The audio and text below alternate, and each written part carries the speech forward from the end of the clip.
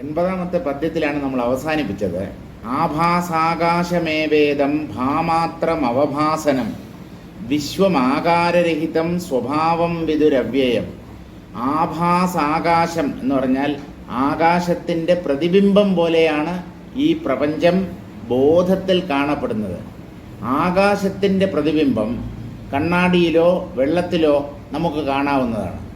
ഈ ആകാശത്തെ പോലെ തന്നെ വ്യാപ്തിയുള്ളതായിരിക്കും ആ പ്രതിബിംബിത ആകാശവും. പക്ഷേ അത് ആകാശത്തിൻ്റെ പ്രതിബിംബമാണ്, അത് വാസ്തവമല്ല. ഒരു മാധ്യമത്തിൽ കാണപ്പെടുന്ന പ്രതിബിംബം എങ്ങനെ വാസ്തവമാകും? അതുപോലെ ചിദാകാശത്തിൽ പ്രതിഫലന രൂപത്തിൽ അല്ലെങ്കിൽ പ്രതിബിംബ രൂപത്തിൽ കാണപ്പെടുന്നതാണ് ഈ പ്രപഞ്ചം. അത് ഭാമാത്രമാണ് എന്ന് പറഞ്ഞാൽ ശുദ്ധ ബോധമാണത്. ബോധത്തിൽ വെറുതെ ഉണ്ട് എന്ന് തോന്നുന്ന ഒരു കാഴ്ചയാണ് ഈ ജഗത്ത് എന്നർത്ഥം. തോന്നുന്നതായതുകൊണ്ട് തന്നെ അതിൽ വാസ്തവികതയുണ്ടാവാൻ സാധ്യമല്ല. അതുകൊണ്ട് ഇവിടെ സ്ഥൂലം പോലെ കാണപ്പെടുന്ന ഒന്നും യഥാർത്ഥത്തിൽ ഇല്ല. ഈ പ്രപഞ്ചം ആകൃതിയില്ലാത്തതാണ്, ആകൃതികളോട് കൂടിയതാണ് എന്ന് നമുക്ക് തോന്നുമെങ്കിലും ഇത് വാസ്തവത്തിൽ കഴമ്പില്ലാത്തതാണ്. സ്വപ്ന പദാർത്ഥങ്ങളെപ്പോലെ അല്ലെങ്കിൽ കണ്ണാടിയിൽ കാണുന്ന വസ്തുക്കളുടെ നിഴലുകൾ പോലെയാണ്. ഇത് അവ്യയമായ ബ്രഹ്മത്തിൻ്റെ സ്വഭാവമാണ്. ഒരു തരത്തിലുള്ള നാശമോ ക്ഷീണമോ സംഭവിക്കാത്ത അനശ്വര സത്യമാണ് ഈ ആത്മാവ്. അതിൻ്റെ സ്വഭാവമാണ് ഭ്രമരൂപമായ പ്രപഞ്ചമായി കാണപ്പെടുക എന്നുള്ളത്. ഇനി 81ാമത്തെ ശ്ലോകത്തിലേക്ക് കടക്കാം. ന ജായതേ ന മ്രിയതേ ന ഭൂത്വാ ഭാവി കുത്രചിത് അനന്യദേവ ചിദ്വ്യോം ന ശൂന്യത്വമിവ ഖാജ്ജഗതേ. ഇവിടെ വാസ്തവത്തിൽ ഒന്നും ജനിക്കുന്നുമില്ല, മരിക്കുന്നുമില്ല, ഉണ്ടായിട്ട് ഇല്ലാതാവുന്നുമില്ല, ഇല്ലാതായിരുന്നിട്ട് ഉണ്ടാവുന്നുമില്ല. ഇല്ലാതായിരുന്നിട്ട് ഉണ്ടാവുന്നതിനെയാണ് ജനനം എന്ന് പറയുന്നത്. കുറേ കാലം ഉണ്ടായിരുന്നതിന് ശേഷം ഇല്ലാതാവുന്നതിനെയാണ് മരണം അല്ലെങ്കിൽ തിരോധാനം എന്ന് പറയുന്നത്. ഈ പ്രപഞ്ചം എന്നുമില്ലാത്തതാണ്. ഇത് ഒരിക്കലും ഉണ്ടായിട്ട് കുറച്ചു കാലം നിലനിന്ന് പിന്നീട് ഇല്ലാതാകുന്ന ഒന്നല്ല. അങ്ങനെ നമുക്ക് തോന്നുന്നുവെങ്കിലും ഇത് 3 കാലത്തിലും ഇല്ലാത്തതാണ്. എന്ന് പറഞ്ഞാൽ ഭ്രമരൂപത്തിൽ പ്രകാശിക്കുന്നതാണ് എന്നർത്ഥം. ഒരിക്കലും ഈ പ്രപഞ്ചം ഉണ്ടാകുന്നില്ല, നിലനിൽക്കുന്നില്ല, നശിക്കുന്നുമില്ല. അനന്യദേവ ചിദ്വ്യോംനഃ, ചിദാകാശത്തിൽ നിന്ന് അനന്യമാണിത്. അനന്യം എന്ന് പറഞ്ഞാൽ വേറിടാതെ നിൽക്കുന്നത്. അത് തന്നെയാണ് പ്രപഞ്ചമായി കാണപ്പെടുന്നത്. ചിദാകാശം തന്നെയാണ് ഈ പ്രപഞ്ചം. ശൂന്യത്വമിവ ഖാദ് ജഗത്. എങ്ങനെയാണോ അതിസൂക്ഷ്മമായ ഭൂതാകാശം ജഗത്തെന്ന പോലെ കാണപ്പെടുന്നത്, അതുപോലെ അതിസൂക്ഷ്മമായ ബോധം ആകാശമെന്ന പോലെയും ആകാശത്തിൽ കാണപ്പെടുന്ന ഭുവനങ്ങളെന്ന പോലെയും ഉള്ളതായി തോന്നുന്നു. ഇതിന് ഒരു വാസ്തവികതയും ഇല്ല. ന വിശ്വമസ്തി നൈവാസീൻ ന ച നാമ ഭവിഷ്യതി ഇദമാഭാസതേ ശാന്തം ചിദ്വ്യോമ പരമാത്മനി. ഈ വിശ്വം ഇല്ല. നൈവ ആസീത്, ഇതൊരിക്കലും ഉണ്ടായിരുന്നിട്ടുമില്ല. ന നാമ ഭവിഷ്യതി, ഇനി ഉണ്ടാകാൻ പോകുന്നുമില്ല. ഇതം ആഭാസതേ, ഇത് വെറുതെ കാണപ്പെടുന്ന ഒന്നാണ്. കാണപ്പെടുന്നത് എല്ലാം ഉണ്ടാവണം എന്ന് ശഠിക്കരുത്.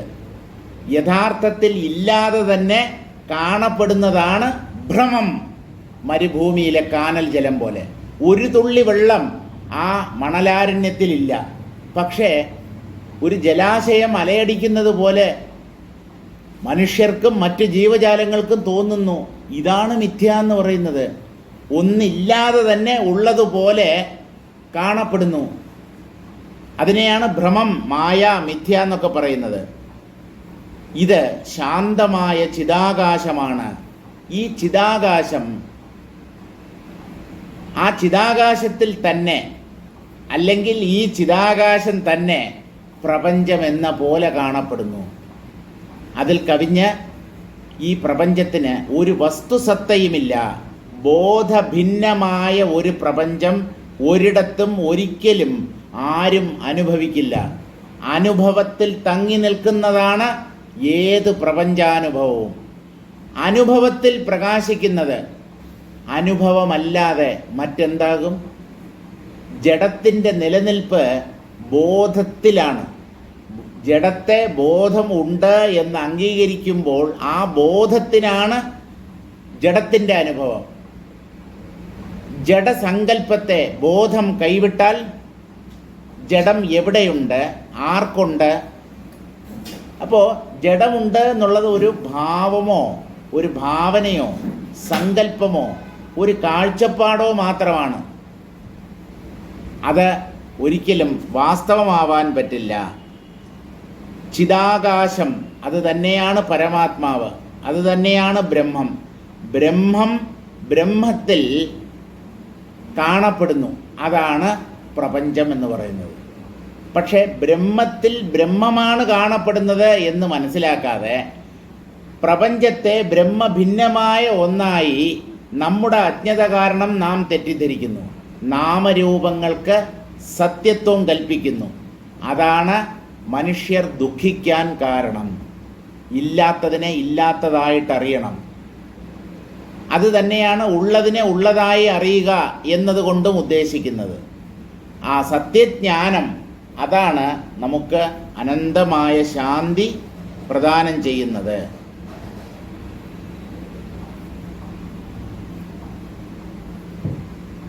ചിന്മാത്രമേവ കചതി സ്വപ്നേ പുരതയാ യഥാ തഥൈവ ജാഗ്രതാഖ്യേസ്മിൻ സസ്വപ്നേ കചതി സ്വയം. ചിത്താണ് സ്വപ്നത്തിൽ പട്ടണമെന്ന പോലെ പ്രകാശിക്കുന്നത്. സ്വപ്ന നഗരം നമ്മൾ കാണാറുണ്ട്. സ്വപ്നത്തിൽ വ്യക്തികളെയും വസ്തുക്കളെയും ഒക്കെ നാം പല പ്രാവശ്യം കണ്ടിട്ടുണ്ട്, ഇനിയും കാണും.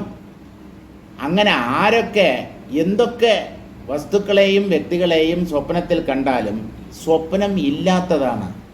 സ്വപ്നം എന്ന് പറയുന്നത് ചിത് കചനമാണ്. കചനം എന്ന് പറഞ്ഞാൽ പ്രകാശം, വെട്ടിത്തിളക്കം എന്നാണ്. ചിത്ത് തന്നിൽ ഇല്ലാത്ത നാമരൂപങ്ങളെ ഉള്ളതുപോലെ തോന്നിക്കുന്നു. ചിത്ത് തോന്നിക്കുന്നതാണ് എന്ന് പോലും പറയാൻ പറ്റില്ല. ചിത്താണ് ഈ കാഴ്ചയുടെ അധിഷ്ഠാനം. തോന്നുന്നത് ജീവന്മാർക്കാണ്. അല്ലാതെ ജീവന്മാർക്ക് നാമരൂപങ്ങളെ പ്രകടിപ്പിച്ചു കൊടുക്കണം എന്ന് ചിത്ത് ഒരിക്കലും സങ്കല്പിച്ചിട്ടില്ല. അതിൻ്റെ ആവശ്യവുമില്ല. സങ്കല്പരഹിതമായ തലമാണ് ചിത്ത് അല്ലെങ്കിൽ ബോധമെന്ന് പറയുന്നത്. അപ്പോൾ ചിത്ത് തന്നെയാണ് സ്വപ്നത്തിൽ പട്ടണം മുതലായവയായി കാണപ്പെടുന്നത്. തഥൈവ ജാഗ്രതാഖ്യേസ്മിൻ, സ്വപ്നത്തിലെ വസ്തുക്കളെ നമ്മൾ വ്യക്തമായി കാണുന്നു, കേൾക്കുന്നു, രുചിക്കുന്നു, മണക്കുന്നു, സ്പർശിക്കുന്നു. എന്തിൻ്റെ വെളിച്ചത്തിലാണ് സ്വപ്നം കാണപ്പെടുന്നത്? എന്തിനെങ്കിലും കാണണമെങ്കിൽ വെളിച്ചം വേണമല്ലോ. ഏത് പ്രകാശത്തിൻ്റെ സാന്നിധ്യത്തിലാണ് സ്വപ്ന പദാർത്ഥങ്ങളെ, സ്വപ്ന ദൃശ്യങ്ങളെ മനുഷ്യർ കാണുന്നത് എന്ന് ചോദിച്ചാൽ ചിത് പ്രകാശത്തിൻ്റെ സാന്നിധ്യത്തിൽ. ചിത്ത് എന്ന് പറഞ്ഞാൽ അനുഭവം. സ്വപ്നം ഗംഭീരമായ ഒരു അനുഭവമാണ്. ആ സ്വപ്നത്തെ അനുഭവിക്കുന്നവൻ അവൻ തന്നെയാണ് സ്വപ്നത്തിൻ്റെ പ്രകാശം എന്ന് പറയുന്നത്. തൻ്റെ പ്രകാശത്തിൽ ഇല്ലാത്ത പലതുകളെ താൻ കാണുന്നു, അതാണ് സ്വപ്നം. ഇത് തന്നെയാണ് പ്രപഞ്ചത്തിലും സംഭവിക്കുന്നത്. സർവവ്യാപകമായ ചിത്ത് തന്നിൽ അനന്തമായ ഒരു പ്രപഞ്ചത്തെ ഉള്ളതുപോലെ അനുഭവിക്കുന്നു. വ്യക്തിയുടെ കാര്യത്തിൽ ഒരു ജീവനാണ് സ്വപ്നലോകത്തെ മുഴുവൻ അനുഭവിക്കുന്നത്. ചിത്തിൻ്റെ കാര്യത്തിൽ ചിത്ത് അനേകം ജീവന്മാരായതുപോലെ പലതരം അനുഭവങ്ങളെയും ഈ പ്രപഞ്ചത്തിൽ അനുഭവിക്കുന്നു. ചിദംശം തന്നെയാണ് ജീവൻ. അപ്പോൾ ജാഗ്രത്തിനും സ്വപ്നത്തിനും തമ്മിൽ കാര്യമായ വ്യത്യാസമൊന്നുമില്ല. കണ്ണ് തുറന്നിരിക്കവേ കാണുമ്പോഴുള്ള സ്വപ്നമാണ് ഈ പ്രപഞ്ചം. കണ്ണടച്ചുകൊണ്ട് കാണുന്നതാണ് സ്വപ്നലോകം. രണ്ടും ഒരുപോലെ ഇല്ലാത്തത്. ഈ ഇല്ല ഇല്ല എന്ന് പറയുമ്പോഴാണ് അത് പിടികിട്ടാത്തത്. എത്ര പേർ വ്യക്തമായി അനുഭവിക്കുന്നു എന്നിട്ടും ഇതിനെ എന്തുകൊണ്ട് വേദാന്തികൾ ഇല്ല എന്ന് പറയുന്നു എന്ന് ചോദിച്ചാൽ, എല്ലാവരുടെയും ഇന്ദ്രിയങ്ങളും ഒരേപോലെയുള്ളവയാണ്. എല്ലാവരും ഒരുപോലെയാണ് ഈ പ്രപഞ്ചത്തെ അനുഭവിക്കുന്നത്. പക്ഷേ മറ്റു മൃഗങ്ങൾ, പക്ഷികൾ, അവയും നമ്മൾ അനുഭവിക്കുന്നത് പോലെ ഒരു പ്രപഞ്ചത്തെ ആണോ അനുഭവിക്കുന്നത് എന്ന് ചോദിച്ചാൽ അത് നമുക്ക് പറയാൻ പറ്റില്ല. ഒരു ഉറുമ്പിൻ്റെ കാഴ്ചപ്പാടിൽ ഈ പ്രപഞ്ചം എങ്ങനെയായിരിക്കും? അത് ഉറുമ്പിനോട് ചോദിക്കണം, അല്ലെങ്കിൽ നിങ്ങൾ ഉറുമ്പായി മാറണം. ഉറുമ്പിൻ്റെ ഇന്ദ്രിയങ്ങളിലൂടെ നോക്കുമ്പോൾ ഈ പ്രപഞ്ചം നമ്മൾ അനുഭവിക്കുന്നത് പോലെയാണോ, അല്ലെങ്കിൽ എന്തെങ്കിലും വ്യത്യാസമുണ്ടോ? അത് മനുഷ്യേന്ദ്രിയങ്ങളോട് കൂടി നോക്കുന്ന നമുക്കെങ്ങനെ പറയാൻ പറ്റും? ഇന്ദ്രിയങ്ങൾക്കനുസരിച്ച് പ്രപഞ്ചാനുഭവം. ഇന്ദ്രിയങ്ങളാണ് പ്രപഞ്ചാനുഭവത്തിന് കാരണം. ഇന്ദ്രിയങ്ങളിലൂടെയാണ് പ്രപഞ്ചത്തെ ജീവന്മാർ അനുഭവിക്കുന്നത്. അതുകൊണ്ട് ഞാൻ അനുഭവിക്കുന്ന ജഗത്ത് തന്നെയാണ് ഉറുമ്പും പക്ഷിയും മൃഗവും പട്ടിയും പൂച്ചയും ഒക്കെ അനുഭവിക്കുന്നത് എന്ന് നമുക്ക് ഉറപ്പിച്ച് പറയാൻ പറ്റില്ല. നമ്മൾ ഈ ജീവികളെ കാണുന്നു, ആ ജീവികൾ നമ്മയും കാണുന്നു. പക്ഷേ ഈ രണ്ട് കൂട്ടരുടെയും അനുഭവം എക്സാക്ട്ലി സെയിം ആണ് എന്ന് ആർക്കും പറയാൻ പറ്റില്ല. ജീവൻ്റെ ഇന്ദ്രിയങ്ങൾക്കനുസരിച്ചാണ് പ്രപഞ്ചാനുഭവം. തഥൈവ ജഗദാഖ്യേസ്മിൻ സ്വപ്നേ ഗജതി സ്വയം. സ്വപ്നത്തിൽ ചിത്താണ് സ്വപ്ന ദൃശ്യങ്ങളെ പ്രകാശിപ്പിക്കുന്നത് എന്നുള്ളത് നമുക്ക് വ്യക്തമായി മനസ്സിലാവും. അതുപോലെ ഈ പ്രപഞ്ചമാകുന്ന സ്വപ്നത്തെ പ്രകാശിപ്പിക്കുന്ന ഒരു മഹാചൈതന്യമുണ്ട്. അതിനെയാണ് ബ്രഹ്മം, പരമാത്മാവ് എന്നൊക്കെ പറയുന്നത്. സർഗാദാവേവ ഭാവാനാം അസത്തേത്യസ്തി ദേഹകഃ കുതസ്തസ്മാത് ശരീരത്വം സ്വപ്നയേവ നഭശ്ചിതേഹ. സർഗത്തിൻ്റെ ആരംഭത്തിൽ തന്നെ എന്ന് പറഞ്ഞാൽ സൃഷ്ടിയുടെ തുടക്കത്തിൽ തന്നെ ഇപ്പോൾ നമ്മളുണ്ട് എന്ന് പറയുന്ന ഒന്നും ഇല്ലായിരുന്നു. സൃഷ്ടി തുടങ്ങുന്നതിന് മുമ്പ് ഇല്ലാത്തത് സൃഷ്ടി ആരംഭിച്ചതിന് ശേഷം എങ്ങനെ ഉള്ളവയായിത്തീരും? ഇല്ലാത്തത് ഒരിക്കലും ഉള്ളതാവുകയില്ല. ഈ അടിസ്ഥാന തത്വം മനുഷ്യർ മനസ്സിലാക്കിയിരുന്നെങ്കിൽ ഇല്ലാത്തത് എന്നും ഇല്ലാത്തതായിരിക്കും, ഉള്ളത് എന്നും ഉള്ളതായിരിക്കും. ഉള്ളത് ഇല്ലാത്തതാവാനോ ഇല്ലാത്തത് ഉള്ളതാവാനോ സാധ്യതയില്ല. സൃഷ്ടിക്ക് മുമ്പ് പ്രപഞ്ചമുണ്ടോ? ഇല്ല. സൃഷ്ടിക്ക് മുമ്പ് ബ്രഹ്മമുണ്ടായിരുന്നോ? ബ്രഹ്മം മാത്രമേ ഉണ്ടായിരുന്നുള്ളൂ. ബ്രഹ്മം ഉണ്ടായിരുന്നത് കൊണ്ടാണ് ഇല്ലാത്ത ജഗത്ത് ഭ്രമരൂപത്തിൽ ആ അധിഷ്ഠാനത്തിൽ പ്രകാശിച്ചത്. അപ്പോൾ സൃഷ്ടിക്ക് മുമ്പില്ലാത്തത് ഒന്നും സൃഷ്ടിക്ക് ശേഷവും ഇല്ല. ഉണ്ടെന്ന് എത്ര പേർ തർക്കിച്ചാലും, എത്ര പേർ വാദിച്ചാലും, എത്ര പേർ പ്രമേയങ്ങൾ പാസാക്കിയാലും പണ്ടില്ലാത്തത് ഇപ്പോഴും ഇല്ലാത്തതാവാനേ പറ്റൂ. ഇല്ലാത്തത് ഒരിക്കലും ഉണ്ടാവാൻ പറ്റില്ല. ഇല്ലാത്തത് ഉള്ളതുപോലെ തോന്നാം, അതിന് വിരോധമില്ല. പക്ഷേ തോന്നുക എന്ന് പറഞ്ഞാൽ യഥാർത്ഥത്തിൽ ഉള്ളതാവുക എന്നാണോ അർത്ഥം? അല്ല. അപ്പോൾ ഈ പ്രപഞ്ചം ഒരു പ്രതീതിയോ തോന്നലോ മാത്രമാണ്. സൃഷ്ടിയുടെ ആരംഭത്തിൽ തന്നെ പ്രപഞ്ച പദാർത്ഥങ്ങൾക്ക് നിലനിൽപ്പില്ല, അസത്വമാണ്, അല്ലെങ്കിൽ അസത്തയാണ് ഉണ്ടായിരുന്നത്. അസത്ത എന്ന് പറഞ്ഞാൽ അഭാവം, യഥാർത്ഥത്തിൽ ഇല്ല. അതുകൊണ്ട് അപ്പോൾ ശരീരവും ഇല്ലായിരുന്നു, ഒരു ശരീരങ്ങളും ഇവിടെ ഇല്ലായിരുന്നു. അങ്ങനെ തുടക്കത്തിൽ ഇല്ലാത്ത ഒരു ശരീരം സൃഷ്ടിക്ക് ശേഷം എങ്ങനെ ഉള്ളതായിത്തീരും? എങ്ങനെ ഉണ്ടാവാൻ, എവിടെ നിന്നുണ്ടാവാൻ എന്നാണ് ചോദിക്കുന്നത്. തസ്മാത് ശരീരത്വം സ്വപ്നയേവ നഭശ്ചിതേഹ. അതുകൊണ്ട് ഇവിടെ ശരീരം എന്ന് പറയുന്നത് ചിത്തിൻ്റെ ഒരു ഭ്രമമോ സ്വപ്നമോ മാത്രമാണ്. നമുക്കാർക്കും ശരീരം എന്നൊന്നില്ല. ശരീരം ഇല്ല എങ്കിൽ ഇവിടെ ആരാണ് ജനിക്കുന്നത്? ശരീരം എന്നൊന്ന് ഇല്ല എങ്കിൽ ഇവിടെ ആർക്കാണ് മരിക്കാൻ കഴിയുക? ശരീരം വരികയും പോവുകയും ചെയ്യുന്നതാണല്ലോ ജനനവും മരണവും. ഇപ്പോൾ ശരീരം തന്നെ ഭ്രമമാണ് എന്ന കാര്യം മനസ്സിലാക്കിയ ഒരു ജ്ഞാനിക്ക് ജനന മരണങ്ങൾ തമാശയാണ്. ഈ വാക്കുകൾ കേട്ട അയാൾ ഉള്ളിൽ ചിരിക്കുന്നുണ്ടാവും. അർത്ഥമില്ലാത്ത വാക്കുകൾ. ഇല്ലാത്ത ശരീരത്തെ ഉള്ളതുപോലെ കരുതുന്നു. ആ ശരീരം ജനിക്കുന്നത് പോലെ തോന്നുന്നു, വളരുന്നത് പോലെ തോന്നുന്നു, രോഗങ്ങൾ വരുന്നത് പോലെ തോന്നുന്നു, പലതരം കർമ്മങ്ങൾ ആ ശരീരത്തെ ഉപയോഗിച്ച് ചെയ്യുന്നത് പോലെ തോന്നുന്നു, അവസാനം അത് ക്ഷീണിക്കുന്നത് പോലെ തോന്നുന്നു, അവസാനം നശിക്കുന്നത് പോലെ തോന്നുന്നു. എന്ന് പറഞ്ഞാൽ യഥാർത്ഥത്തിൽ ഒന്നും സംഭവിക്കുന്നില്ല. സ്വപ്നം പോലെ. ഉണർന്നെഴുന്നേറ്റവന് സ്വപ്നത്തെക്കുറിച്ച് എന്ത് വിലയിരുത്തലാണ് അയാൾ നടത്തുക? ഞാൻ എന്തൊക്കെയോ കണ്ടു, ഒരർത്ഥവുമില്ല, അസംബന്ധം എന്ന് വിചാരിച്ച് അയാളുടെ ദൈനംദിന കൃത്യങ്ങളിൽ അയാൾ വ്യാപരിക്കാറില്ലേ? അതുപോലെ ഈ പ്രപഞ്ചം മിഥ്യയാണ് എന്ന സത്യം മനസ്സിലാക്കി ഒരിടത്ത് വ്യവഹരിക്കാതെ ശാന്തരായി ഇരിക്കുന്നവരാണ് ജ്ഞാനികൾ. അവരെ നിങ്ങൾ കർമ്മത്തിലേക്ക് വലിച്ചിഴക്കരുത്. സ്വാമി 4 പേർക്ക് സഹായം ഈ സത്യം പ്രചരിപ്പിച്ചുകൂടെ? ഞങ്ങൾ സ്വാമിയുടെ പേരിൽ ഒരു യൂട്യൂബ് ചാനൽ തുടങ്ങാം. ഞാൻ സമ്മതിക്കില്ല. നിങ്ങൾ ഇതൊക്കെ അപ്ലോഡ് ചെയ്തോളൂ, കുഴപ്പമൊന്നുമില്ല എനിക്ക്. അത് നിങ്ങളുടെ ഇഷ്ടം. ഒരു മൊബൈൽ കൊണ്ടുവരുന്നു, റെക്കോർഡ് ചെയ്യുന്നു, നിങ്ങളുടെ ഏതോ ഒരു ചാനൽ. പക്ഷേ എൻ്റെ പേരിൽ ഒരു യൂട്യൂബ് ചാനൽ തുടങ്ങാം എന്ന് നിങ്ങൾ ഒരു സജഷൻ വെച്ചാൽ അതിനെ ഏറ്റവും ശക്തമായി എതിർക്കുന്ന ആദ്യത്തെ വ്യക്തി ഞാൻ തന്നെയായിരിക്കും. എന്തിനിത്? കുറേ നിഴലുകൾ. അവനവൻ്റെ പ്രാരബ്ധം തീർക്കാൻ വേണ്ടി കുറേ ജീവന്മാർ ഇവിടെ വന്ന് ജനിക്കുന്നു. പ്രസംഗിക്കുക എൻ്റെ പ്രാരബ്ധം, കേൾക്കുക നിങ്ങളുടെ പ്രാരബ്ധം.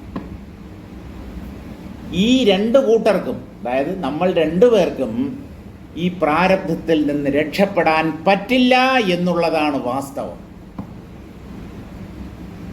ഇപ്പൊ ഗതികേട് കൊണ്ട് ചെയ്യുന്നത്, നിവൃത്തികേട് കൊണ്ട് ചെയ്യുന്നതിനെ പരസ്യപ്പെടുത്തേണ്ട കാര്യമുണ്ടോ? ഒരാൾ അസുഖം വന്ന് ആശുപത്രിയിൽ അഡ്മിറ്റ് ചെയ്യുകയാണ് ഒരാളെ. അയാളെ ചാനലുകാർ അവരുടെ ചാനലുകളിൽ ഇങ്ങനെ പ്രദർശിപ്പിക്കുമോ? ഇവിടെ അവൻ്റെ ഗതികേട്, അവൻ അസുഖം വന്നതുകൊണ്ട് അവൻ ആശുപത്രി കിടക്കുകയാണ്. അവൻ എണീക്കുന്നതും അവന് മരുന്ന് കൊടുക്കുന്നതും ഡോക്ടർമാരും നഴ്സുമാരും ഒക്കെ ശുശ്രൂഷിക്കുന്നതും ഇതൊക്കെ ചാനലിൽ കാണിക്കേണ്ട കാര്യങ്ങളാണോ? അതുപോലെ തന്നെയാണ് ഈ യൂട്യൂബിലൂടെ ഈ പരിപാടികളൊക്കെ കാണിക്കുന്നത്.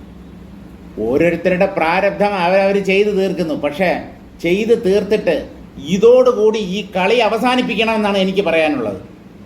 ഞാനിനി യോഗവാസിഷ്ഠം അടുത്ത ജന്മത്തിൽ സംസാരിക്കാൻ ഉദ്ദേശിക്കുന്നില്ല.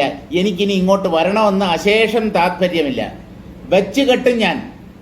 വെച്ചുകെട്ടും മതിയാക്കും. കുറേ നിഴലുകൾ. ഇതെന്താന്ന്? നിഴൽക്കൂത്ത്, പാവക്കൂത്ത് എന്നൊക്കെ പറയും. നിഴൽ നാടകം. എന്തിനിത്? അല്ല, നിഴലല്ലേ?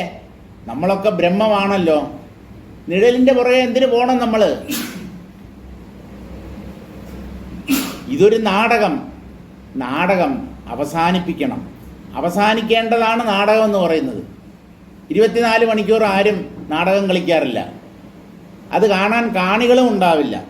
അതുകൊണ്ട് ഈ പ്രപഞ്ചത്തിൻ്റെ മിഥ്യാത്വം നല്ലതുപോലെ ഉറപ്പിക്കുക. നിങ്ങൾ എന്ത് കർമ്മം ചെയ്താലും ശരി, ചെയ്തില്ലെങ്കിൽ ശരി, ഈ ഉറപ്പിക്കൽ തീർച്ചയായും തുടരണം. ഒന്നിനെയും സത്യമെന്ന് കരുതി ഭ്രമിക്കരുത്. അത് എന്തു തന്നെയായാലും നമ്മെ ഭ്രമിപ്പിക്കാൻ വേണ്ടി ഉണ്ടായതാണ് ഈ പ്രപഞ്ചം. എങ്ങോട്ട് തിരിഞ്ഞാലും ഈ മായ നമ്മെ പിടികൂടാൻ തയ്യാറായി നിൽക്കുന്നു. അവളുടെ വലയിൽ അകപ്പെടരുത്. അതിന് ജാഗ്രതയാണ് നമ്മെ സഹായിക്കുന്നത്. ഉണർവ്, ജാഗരൂകത, ശ്രദ്ധ ആത്മാവിലായാൽ മായയിൽ കുടുങ്ങുകയില്ല. സർഗാദൗ പൃഥിവ്യാദി ഭാവനാമേവ അസത്തേതി ഹേതോഹോ അയം പാർത്ഥിവാദിദേഹക കുതഃ അസ്തി. സൃഷ്ടിയുടെ ആരംഭത്തിൽ പൃഥിവി മുതലായ ഭൂതങ്ങൾ, പഞ്ചഭൂതങ്ങൾ ഒന്നും തന്നെയില്ല. അതൊക്കെ ബോധത്തിൽ വെറുതെ ഉണ്ടെന്ന് തോന്നുന്ന ദൃശ്യങ്ങളാണ്.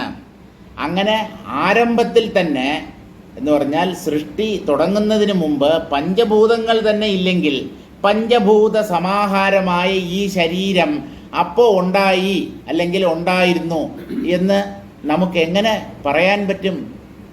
പഞ്ചഭൂതങ്ങളില്ലാതെ പാഞ്ചഭൗതിക ശരീരം ഉണ്ടാവില്ലല്ലോ.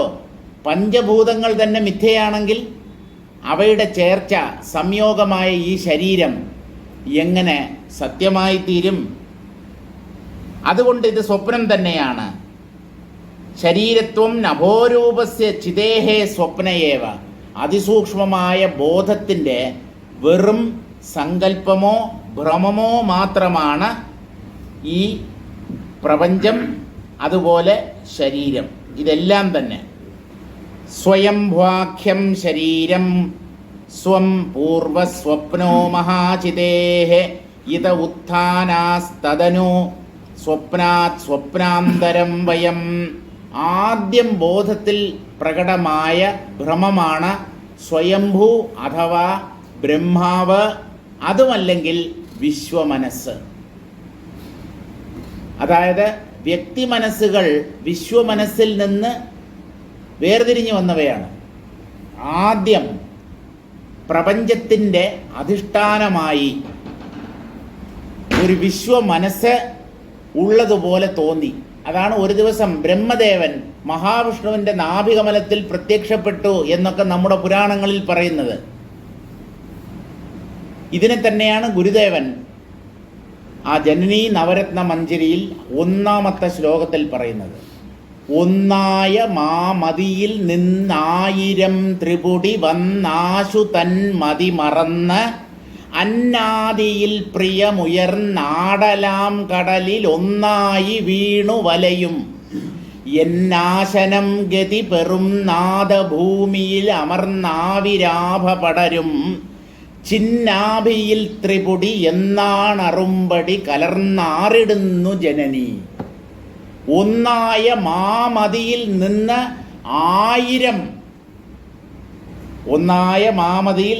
ആയിരം ത്രിപുടി. ത്രിപുടി എന്ന് പറഞ്ഞാൽ 3ന്റെ ചേർച്ച. കാണുന്നവൻ, കാണപ്പെടുന്നത് കാഴ്ച, കാണുന്നവൻ ജീവൻ, കാണപ്പെടുന്നത് പലതുമാകാം. ആ കാണപ്പെടുന്നതെല്ലാം കാഴ്ചകൾ എന്ന പേരിൽ അറിയപ്പെടുന്നു. ആദ്യം ഉണ്ടായിരുന്നത് ഒന്നായ മാമതി. മാമതി എന്ന് പറഞ്ഞാൽ മഹാബുദ്ധി, കോസ്മിക് മൈൻഡ് എന്നർത്ഥം. ആ പ്രപഞ്ചബുദ്ധി അല്ലെങ്കിൽ വിശ്വബുദ്ധി, അതാണ് ആദ്യം ഉണ്ടായത്. അതൊരു വ്യക്തിയല്ല. ബ്രഹ്മദേവന് ഒരു വ്യക്തി എന്നൊരിക്കലും കരുതരുത്. അത് പരമാത്മാവിൽ നിന്ന് ആദ്യം പൊന്തിയ വിശ്വമനസ്സാണ്. അതിൽ നിന്ന് ആയിരക്കണക്കിന് അല്ലെങ്കിൽ അസംഖ്യം ജീവന്മാർ പൊന്തി. അതാണ് 1000 ത്രിപുടി വന്ന് ആശു തൻ മതിമറന്ന്. ആയിരക്കണക്കിന് ത്രിപുടികൾ എന്ന് പറഞ്ഞാൽ ജീവന്മാർ ആ വിശ്വമനസ്സിൽ നിന്ന് പ്രത്യക്ഷപ്പെട്ടപ്പോൾ ആ ഓരോ ജീവനും തന്നെ സത്യമാണ് എന്ന് കരുതി ഭ്രമിക്കാൻ തുടങ്ങി.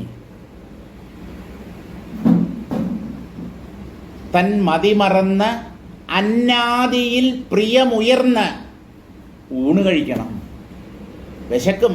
കാരണം ശരീരം ഉണ്ട് എന്ന് തെറ്റിദ്ധരിച്ചു. അപ്പോൾ ശരീരത്തിൽ വിശപ്പും ദാഹവും ഒക്കെ പ്രത്യക്ഷപ്പെട്ടു. അപ്പോൾ ഭക്ഷണം ആവശ്യമായി തീർന്നു. ഭക്ഷണം നിലനിൽക്കാൻ വേണ്ടിയാണ്, വളരാനോ രസിക്കാനോ വേണ്ടിയല്ല ഭക്ഷണം. ചാവാതിരിക്കാൻ വേണ്ടിയാണ് ഭക്ഷണം. ഇതറിയാമോ? ഇത് വൈവിധ്യമേറിയ ഭക്ഷണ സാധനങ്ങൾ രസിച്ച് ആസ്വദിച്ച് മനുഷ്യർ ജീവിക്കുന്നു. ഇതൊന്നും ആസ്വദിക്കാനുള്ള കാര്യങ്ങളേ അല്ല. അന്നം, ആഹാരം എന്ന് പറയുന്നത് ചാവാതെ ഇരിക്കാൻ വേണ്ടി മാത്രം. അതിൽ ആസ്വദിക്കാനൊന്നുമില്ല. മരുന്ന് നിങ്ങൾ ആസ്വദിക്കാറുണ്ടോ? നിങ്ങൾ രോഗം മാറാൻ വേണ്ടി കഴിക്കുന്ന മരുന്നുണ്ടല്ലോ, ഈ മരുന്നിൻ്റെ ടേസ്റ്റ് നോക്കി അത് ആസ്വദിച്ചാണോ കഴിക്കുന്നത്? അയ്യോ, എങ്ങനെയെങ്കിലും ഈ മരുന്ന് കഴിച്ച് എൻ്റെ രോഗം മാറണം, അതല്ലേ ഉദ്ദേശ്യം. അതുപോലെ ഈ ശരീരം എന്ന് പറയുന്നത് ഒരു രോഗമാണ്. ശരീരം എന്ന് പറയുന്നത് രോഗമാണ്. ഇത് തന്നെയാണ് രമണ മഹർഷി പറഞ്ഞത്. ഇന്ത ഉടമ്പേ ഒരു വ്യാധിയോയി. ഈ ശരീരം എന്ന് പറയുന്നത് ഒരു രോഗമാണ്. ആ രോഗത്തിന് നമ്മൾ നൽകേണ്ട മരുന്നാണ് ആഹാരം. മരുന്നുകൾ ആരും ആസ്വദിക്കാറില്ല. അത് ഒരു സ്പൂണോ മറ്റോ കഴിച്ചിട്ട് രോഗം വാശിയാവണം. അതുമാത്രമാണ് മരുന്ന് കഴിക്കലിൻ്റെ പുറകിലുള്ള ഉദ്ദേശ്യം. ഇപ്പോൾ ഓരോ തരം പ്രശ്നങ്ങൾക്ക് നമ്മൾ പ്രതിവിധി കണ്ടെത്തുകയാണ് ചെയ്യുന്നത്. ഈ പ്രതിവിധികളെ നമുക്ക് എങ്ങനെയാണ് ആസ്വദിക്കാൻ കഴിയുക, അല്ലെങ്കിൽ ആസ്വദിക്കപ്പെടേണ്ടവയാണോ ഈ പ്രതിവിധികൾ? കാമവികാരത്തിനുള്ള പ്രതിവിധിയാണ് സ്ത്രീക്ക് പുരുഷനും പുരുഷന് സ്ത്രീയും. അതിശക്തമായ കാമം ഉള്ളിൽ ഉദിക്കുമ്പോൾ ആ കാമത്തിന് ഒരു ഔട്ട്ലെറ്റ്, അത് പുറത്തേക്ക് പോകാൻ ഒരു ചാല്, ഒരു ഓവ് ചാല് ഉണ്ടാക്കണം. അതിനാണ് വിവാഹബന്ധം എന്ന് പറയുന്നത്. ആ ദാമ്പത്യം എന്ന് പറയുന്നത് കാമത്തെ കൊണ്ടുവരാനുള്ള, അതിനെ കുറച്ചായി ക്ഷയിപ്പിക്കാനുള്ള ഒരു മാർഗമാണ്. അത് ഇന്ദ്രിയ സുഖം അനുഭവിക്കാനുള്ള ഒരു ഉപായമല്ല. ദാമ്പത്യ ബന്ധമെന്ന് പറയുന്നത് സുഖം അനുഭവിക്കാനാണ് എന്നാണ് കരുതുന്നത്. അല്ല, അതൊരു മരുന്നാണ്. അതിശക്തമായ കാമം ഉള്ളിൽ തോന്നിയാണ് ഭാര്യ ഭർത്താവിനെയും ഭർത്താവ് ഭാര്യയെയും കെട്ടിപ്പുണരുന്നത്. ഏത് ജീവിയും നോക്കൂ, ഇണചേരുമ്പോൾ എന്താ സംഭവിക്കുന്നത്? ക്രൂരമൃഗങ്ങൾ അവയുടെ ക്രൂരത തൽക്കാലത്തേക്ക് മാറ്റിവെച്ചിട്ടാണ് ഈ സ്നേഹപ്രകടനം നടത്തുന്നത്. സിംഹം, കടുവ, പുലി പോലെയുള്ള ഹിംസ്ര മൃഗങ്ങൾ പോലും ഇണചേരുന്ന സമയത്ത് അവരുടെ സ്വഭാവത്തിൽ കാര്യമായ വ്യത്യാസം പ്രകടമാകുന്നു. സ്നേഹപ്രകടനമാണത്. സ്നേഹം തന്നെയാണ് കാമം. ശാരീരികമായി സ്നേഹം തോന്നി, അല്ലെങ്കിൽ ഒരു ശരീരത്തോട് അമിതമായ സ്നേഹം തോന്നുമ്പോഴാണ് ആ ശരീരത്തെ നമ്മൾ തഴുകുന്നത്, പുണരുന്നത്, ചുംബിക്കുന്നത്, മറ്റു പലതും ചെയ്യുന്നത്. അതൊരു സ്നേഹപ്രകടനമാണ്. അത് കാമത്തിൻ്റെ തുടർച്ചയാണ്. ഇങ്ങനെ മനുഷ്യർ പലതരം പ്രശ്നങ്ങളുടെ നടുക്ക് വട്ടം തിരിയുന്നു. ആ പ്രശ്നങ്ങൾക്ക് പരിഹാരം കാണുന്ന കാലഘട്ടത്തെയാണ് ജീവിതമെന്ന് പറയുന്നത്. ഈ ജീവിതം ആസ്വദിക്കാനുള്ളതല്ല. മനുഷ്യ, ഈ ജീവിതം നീ ആസ്വദിക്കരുത്. ഇത് നിന്റെ പ്രശ്ന പരിഹാരത്തിനായി നിനക്ക് നൽകപ്പെട്ടിട്ടുള്ള ഒരു സുവർണാവസരമാണ് എന്ന് മനസ്സിലാക്കി പ്രശ്നങ്ങളെ എന്നേക്കുമായി പരിഹരിക്കാനുള്ള വഴി തേടൂ. ഇവിടെ ആസ്വദിക്കാനോ രസിക്കാനോ തിമിർക്കാനോ ഒന്നും ഇല്ല.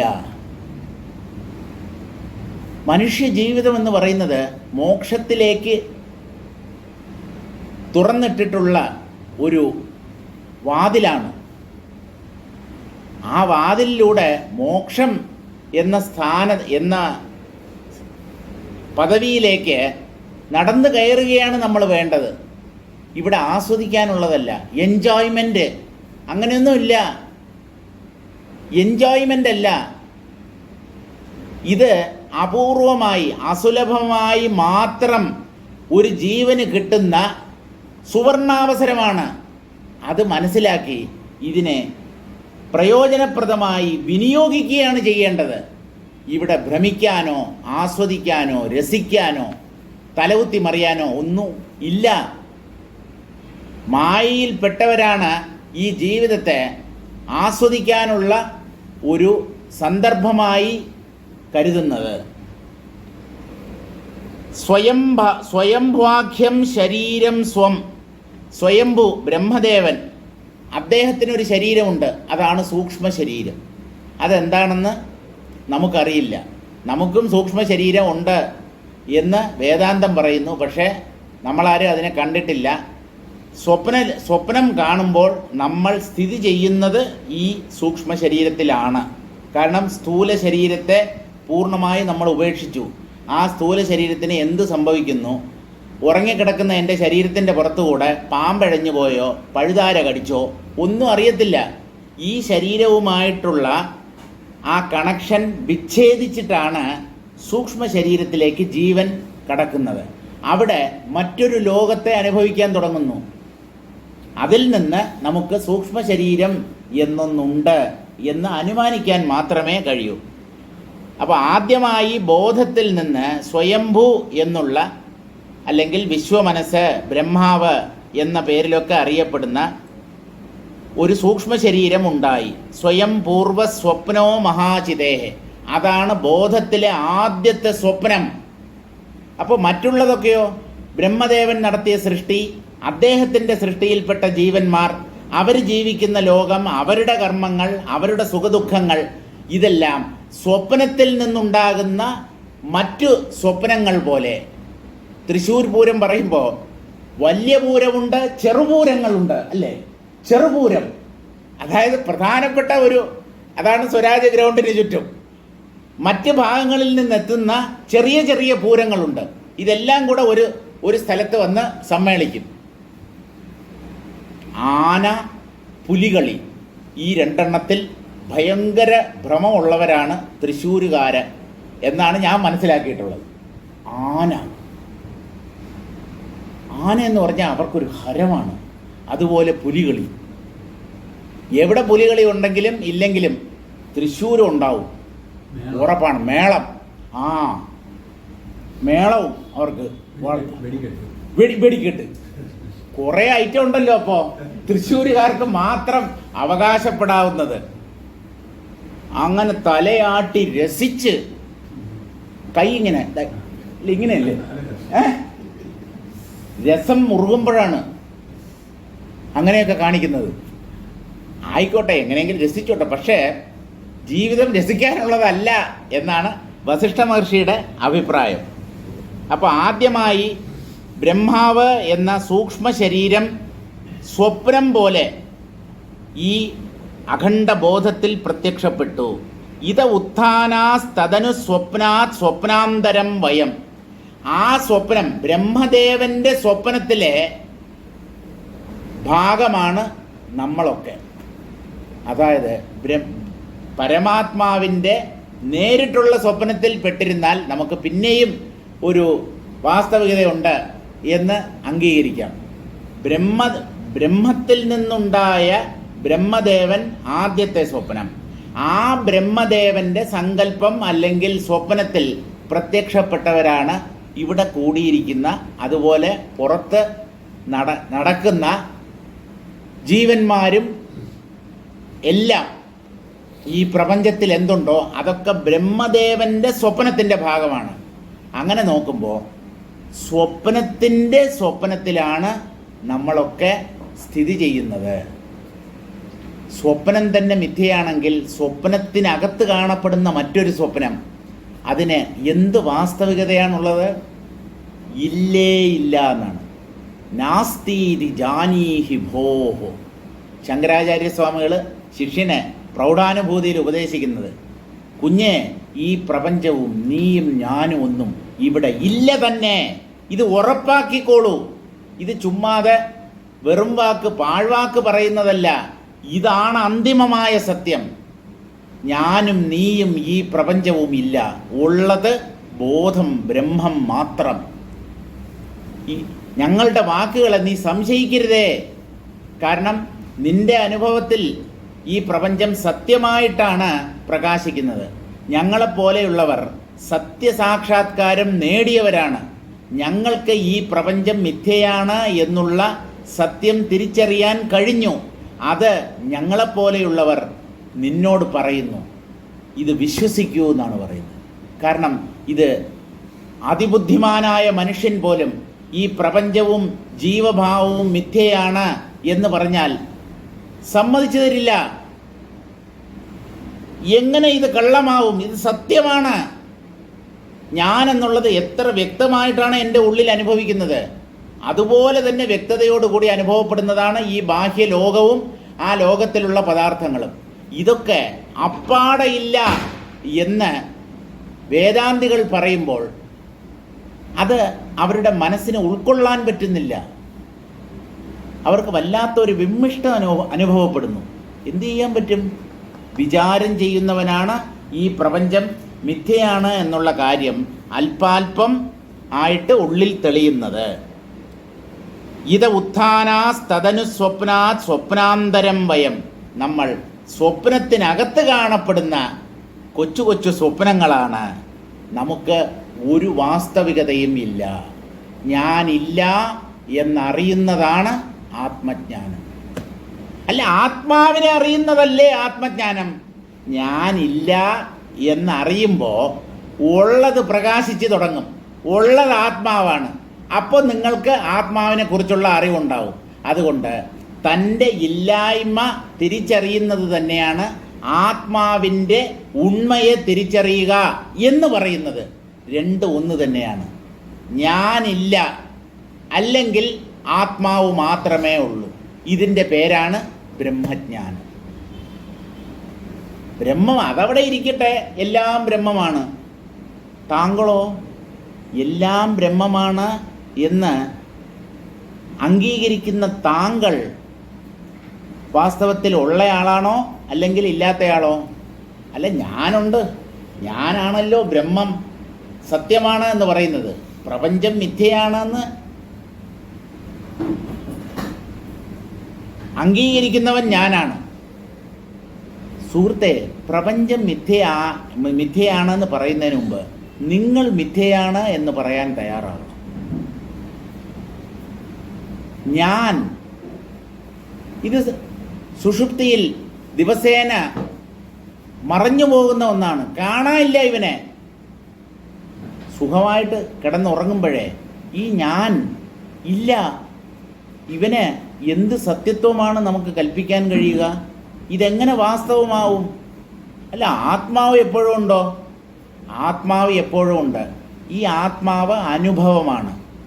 ഞാനുണ്ട് എന്ന് അനുഭവിച്ചു കൊണ്ടിരുന്ന ആത്മാവ് ഒന്നുമില്ല എന്ന് അനുഭവിക്കാൻ തുടങ്ങുമ്പോഴാണ് ഉറക്കം എന്ന് പറയപ്പെടുന്നത്. സുഷുപ്തി എന്ന് പറയുന്നത് ഗംഭീരമായ ഒരു അനുഭവമാണ്. ശൂന്യതയുടെ അനുഭവം. ശൂന്യതയുടെ അനുഭവം. ആ ശൂന്യതയെ അനുഭവിക്കുന്നത് ആരാണ്? ഞാൻ തന്നെയാണ്.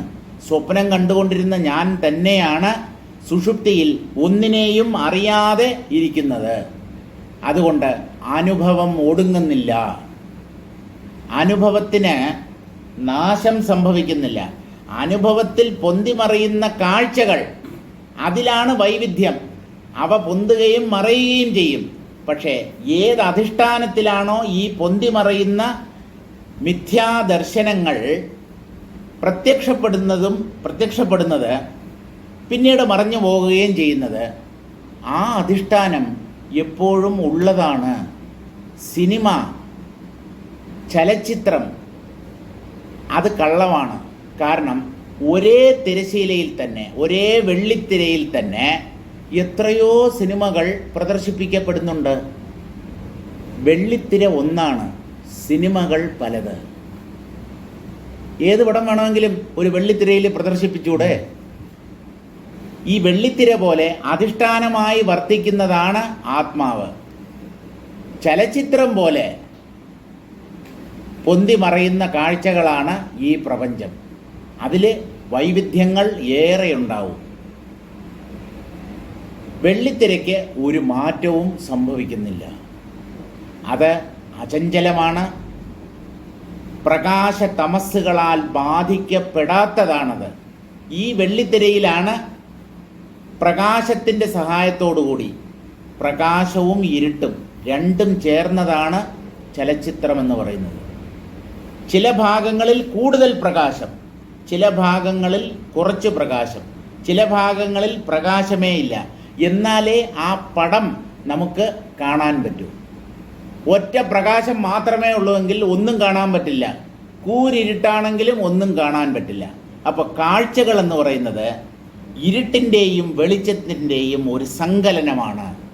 ജഡബോധങ്ങളുടെ മിശ്രിതമാണ് ഈ പ്രപഞ്ചം. ജഡം മാത്രം ഉണ്ടായാലും പ്രപഞ്ചാനുഭവമില്ല, ബോധം മാത്രം ഉണ്ടെങ്കിലും പ്രപഞ്ചാനുഭവമില്ല. ബോധം ജഡത്തെ ഉണ്ട് എന്ന് അംഗീകരിച്ച് മാത്രമേ പ്രപഞ്ചാനുഭവം നേടാൻ പറ്റൂ. പൂർവം പ്രാഥമിക, ബോധത്തിൽ നിന്ന് ആദ്യമായി വിശ്വമനസ്സ് അല്ലെങ്കിൽ സൂക്ഷ്മ ശരീരം, സമഷ്ടി സൂക്ഷ്മ ശരീരം, ഹിരണ്യഗർഭൻ എന്നൊക്കെയാണ് വേദാന്ത ശാസ്ത്രം ഈ ബ്രഹ്മദേവനെ വിളിക്കുന്നത്. ആ ബ്രഹ്മദേവൻ ആദ്യം ഉണ്ടായി. ഇതഹ സ്വയംഭൂ ശരീരാദുത്ഥാനം യേഷാം തേ വയം. ആ സ്വയംഭുവിൻ്റെ ശരീരത്തിൽ, സ്വയംഭുവിന് ശരീരമില്ല, അദ്ദേഹം സങ്കല്പമയനാണ്. അദ്ദേഹത്തിൻ്റെ സങ്കല്പത്തിൽ പൊട്ടിമുളച്ചവരാണ് നമ്മളെല്ലാം. നമുക്ക് എന്ത് വാസ്തവികതയാണുള്ളത്? ഞാനാണ് ഇവിടെ കേമൻ, കാണിച്ചു തരാമെന്നാണ് പറയുന്നത്. എന്ത് കാണിച്ചു തരും താൻ? താൻ ഉറങ്ങിയ തനിക്ക് തന്നെ ഈ താനില്ല. താൻ ആരെയാണ് പാഠം പഠിപ്പിക്കാൻ പോകുന്നത്? താൻ ആരാണ്? ആരുവാ താൻ? അഹങ്കാരം, അഹങ്കാരം, മുഴുത്ത അഹങ്കാരം, മായം ചേർക്കാത്ത അഹങ്കാരം, മായയുടെ സൃഷ്ടിയായ അഹങ്കാരം, കലർപ്പില്ലാത്ത അഹങ്കാരം. ഇതാണ് മനുഷ്യനെ പടുകുഴിയിൽ വീഴ്ത്തുന്നത്.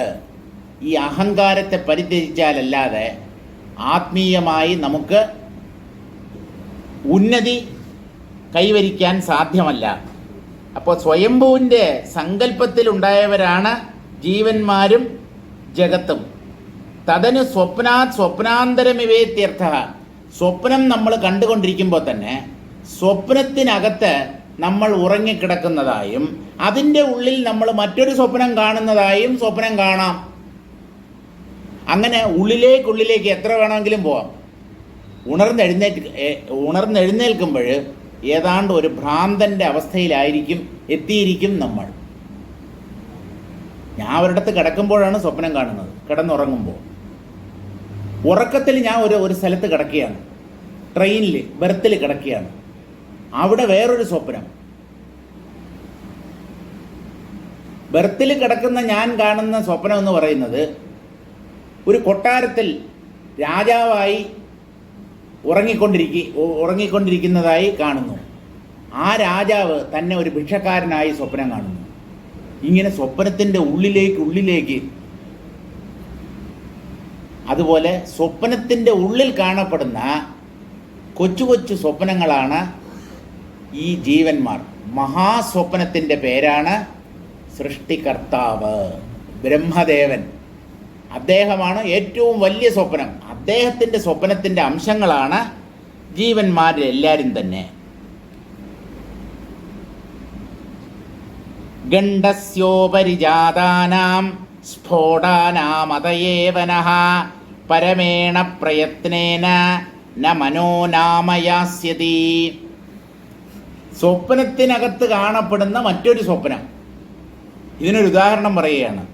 ഗണ്ഡസ്യോപരിജാതാനാം സ്ഫോടാനാം. ഗണ്ഡം എന്ന് പറഞ്ഞാൽ മുഴ എന്നാണ് അർത്ഥം. ഒരാളുടെ കഴുത്തിലൊരു മുഴയുണ്ട് എന്ന് വിചാരിക്കുക. ആ മുഴയിൽ ഒരു വ്രണമുണ്ട് എന്നും വിചാരിക്കുക. അയാളുടെ കഴുത്തിൽ വ്രണമുണ്ട് എന്ന് ചിലർ പറയും, അയാളുടെ കഴുത്തിൽ ഒരു മുഴയുണ്ട് എന്ന് പറയും. പക്ഷേ ഈ മുഴയും വ്രണവും കഴുത്തിലാണുള്ളത്. അത് കഴുത്തിൻ്റെ തന്നെ ഭാഗങ്ങളാണ്. കഴുത്താണ് മുഴയായി കാണപ്പെടുന്നത്. കഴുത്ത് ഇങ്ങനെ വീർത്ത് വരുന്നത് അല്ലെങ്കിൽ നീര് വരുന്നത്, അതാണ് മുഴ എന്ന് പറയുന്നത്. കഴുത്തിലുള്ള മുഴ അത് ശരീരത്തിൻ്റെ തന്നെ ഒരു ഭാഗമാണ്. അത് ശരീരത്തിൽ നിന്ന് വേറിട്ട് നിൽക്കുന്നില്ല.